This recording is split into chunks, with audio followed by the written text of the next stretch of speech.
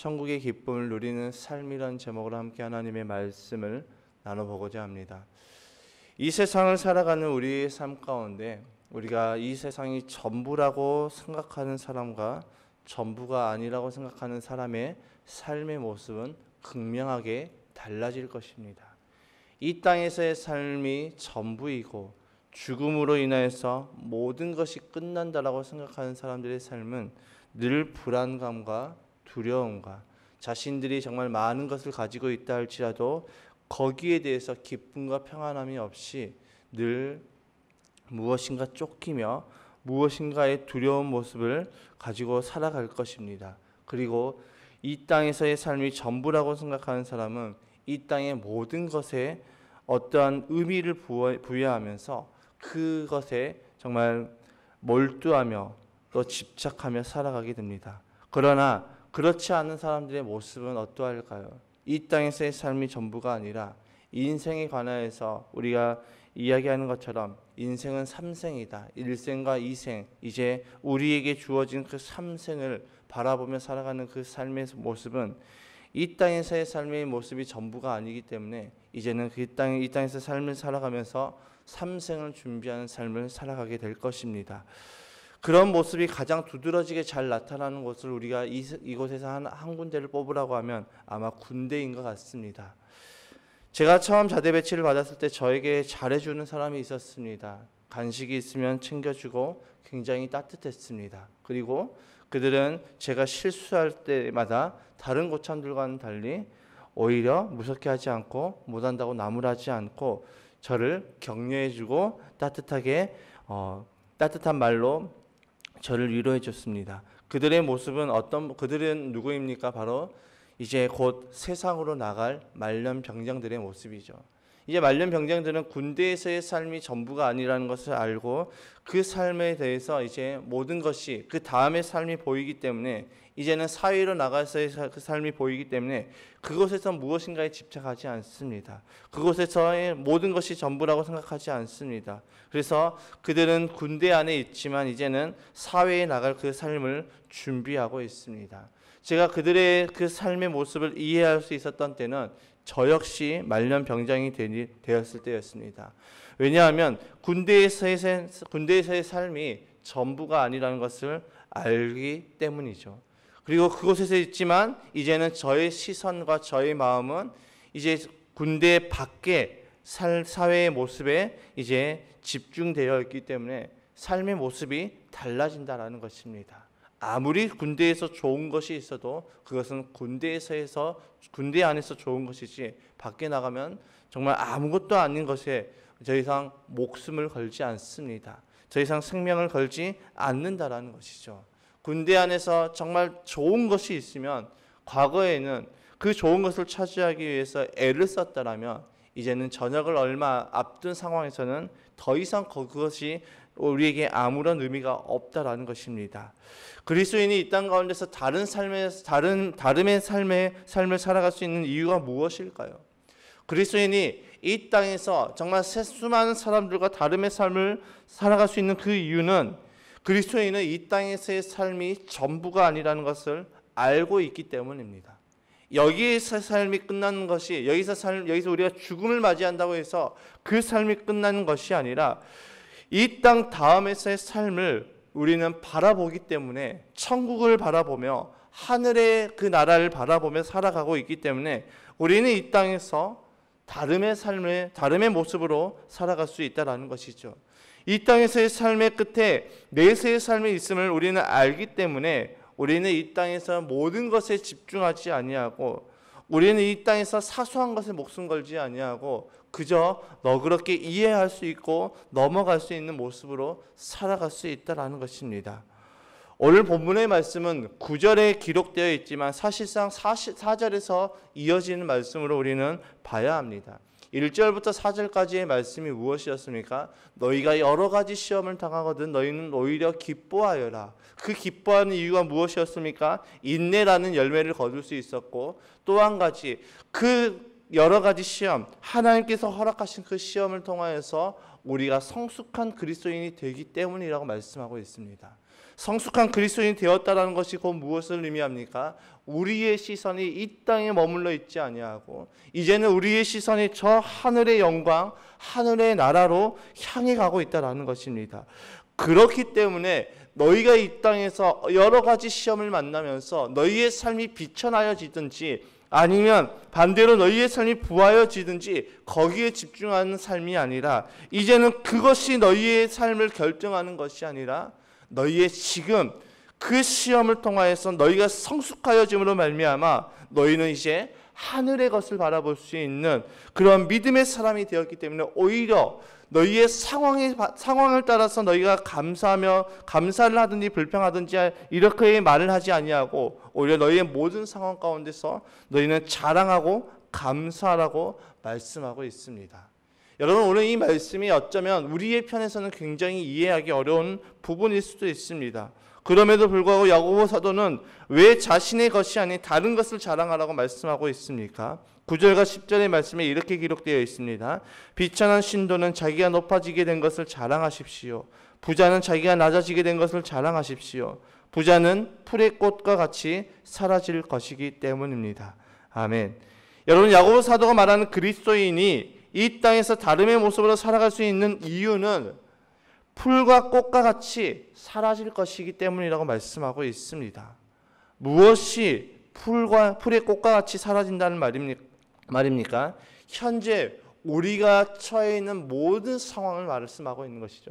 지상에서의 모든 삶은 결국 그 지상에서의 삶은 끝이 있고 그 지상에서의 삶이 끝이 나면 이제는 너희가 그토록 추구하고 있었던 것, 너희가 그토록 자랑하고 있었던 것, 그것은 풀과 꽃처럼 다 사라지지만 그러나 영원한 것이 남아있다라고 말씀하고 있습니다.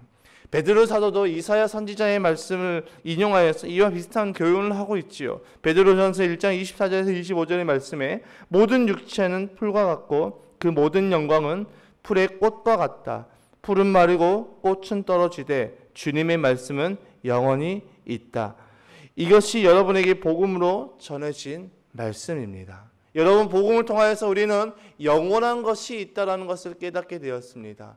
우리가 복음을 받아들이고 우리가 예수를 믿고 이제는 하나님의 자녀가 된 우리에게 이제는 이 땅에서의 삶이 전부가 아니라 우리에게는 영원한 삶이 기다리고 있고 그 영원한 삶이 우리에게 주어졌다라고 말씀하고 있습니다.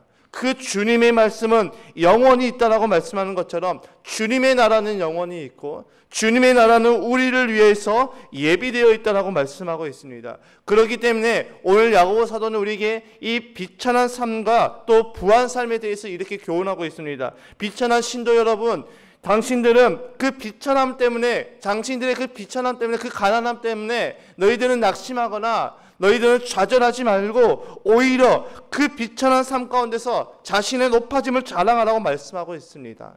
여러분, 사실 자랑이라는 것이 무엇을 자랑하는 것입니까? 나에게 있는 좋은 것을 자랑하는 것 아닙니까? 누구나 부러워할 만한 것을 자랑하는 것이 자랑 아닙니까? 그런데 이 야고보 사도는 자신의 비천한 삶 가운데서 높아짐을 자랑하라는 것입니다. 여러분, 가난한 삶 가운데서 우리가 높아질 수 있는 것이 무엇입니까?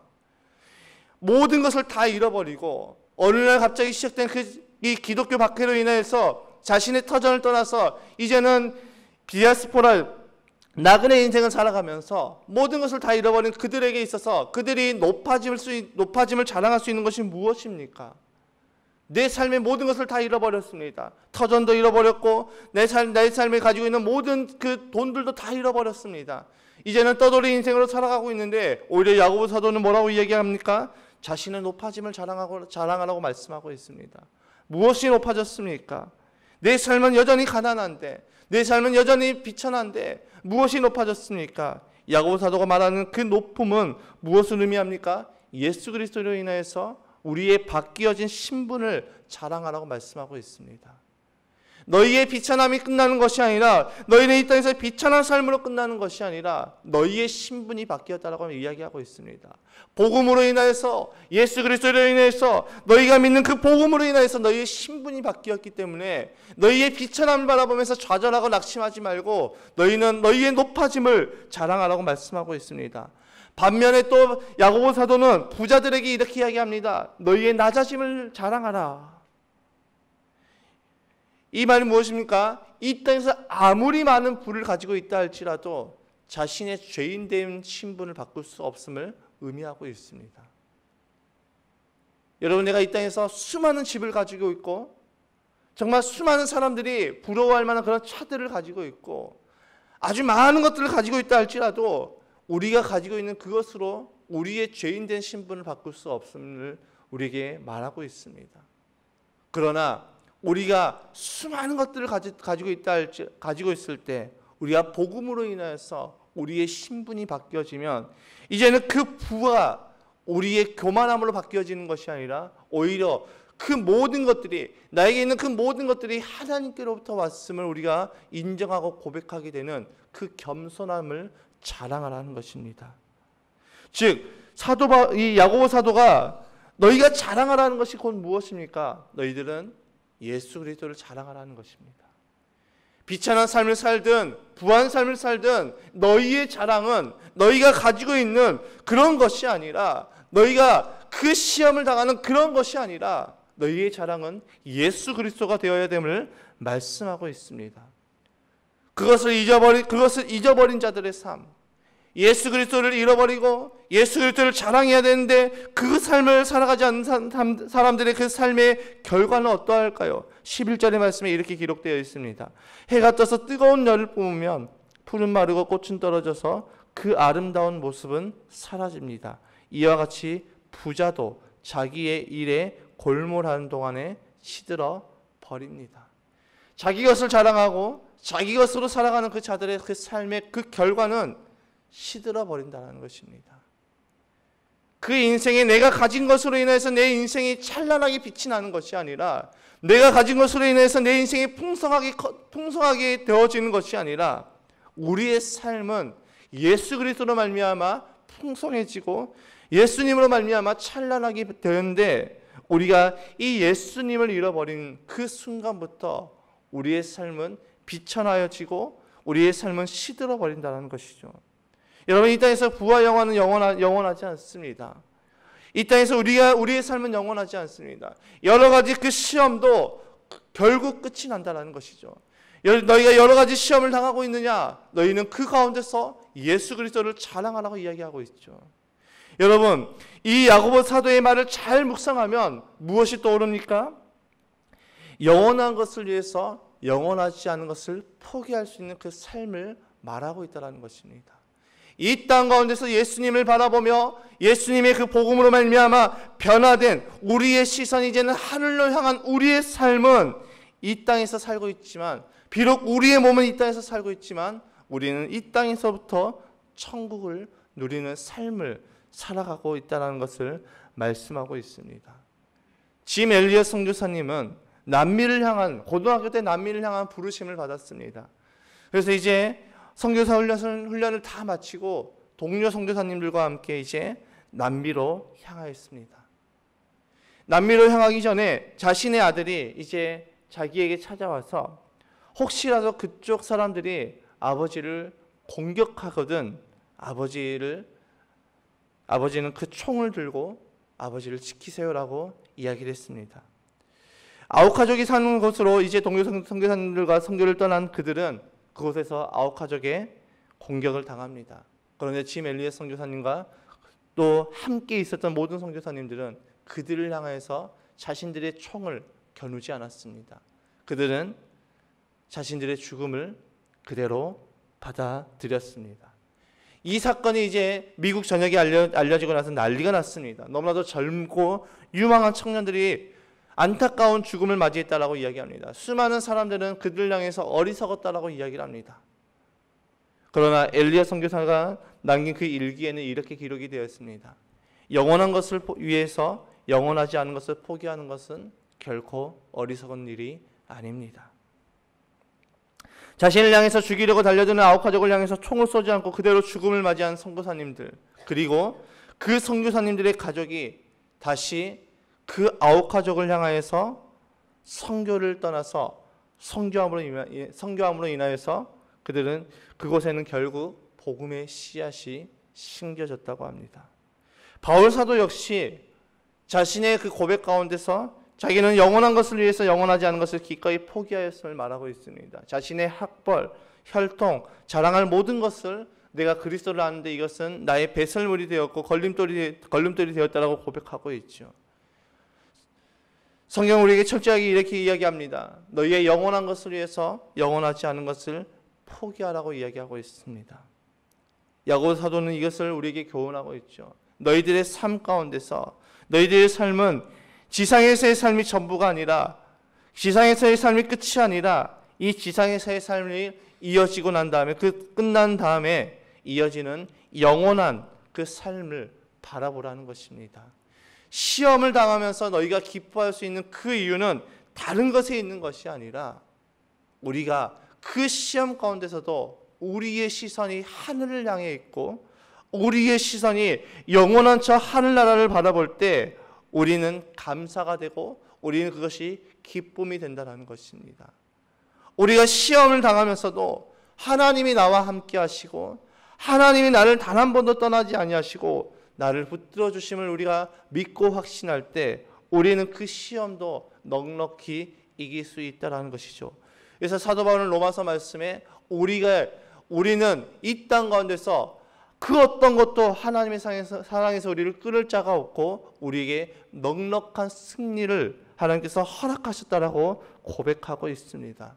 사랑하는 성도님들, 우리의 삶은 비록 우리의 육신은 이 땅에서 살아가고 있지만 이 사도 바울이 빌립보 교인들을 향해서 너희의 시민권은 이 땅에 있는 것이 아니라 너희는 이 땅에서 비록 살고 있지만 너희의 시민권은 하늘에 있다라고 이야기하는 것처럼 우리도 우리의 시민권이 이 땅에서 주어지는 삶으로 끝나는 것이 아니라 우리의 삶이 이제는 하늘에 있고 우리의 시민권이 저 천국에 있음을 믿고 확신함으로 말미암아 우리에게 다가오는 여러 가지 시험 가운데, 앞으로 우리 인생 가운데 찾아오는 그 수많은 시험 가운데 우리가 더할 나위 없는 그 기쁨으로 우리가 감사하며 나아갈 수 있는 저와 여러분의 삶이 되시기를 주님의 이름으로 축복합니다. 천국의 기쁨을 누리는 삶은 그 시선이 이 땅에 머물러 있는 것이 아니라 영원한 하늘을 바라보며 나아갈 때 우리는 천국의 기쁨을 누릴 수 있게 되는 것입니다. 우리의 삶 언제 끝날지 모릅니다. 그러나 우리의 삶, 이 땅에서의 삶이 언제 끝날지 모르지만 이 땅에서의 삶 다음에 있는 영원한 천국을 바라보며 오늘도 믿음의 주요 온전케 하신 이인 예수를 바라보며 그 예수님의 발걸음을 따라 살아가는 저와 여러분의 삶이 되시기를 주님의 이름으로 축복합니다.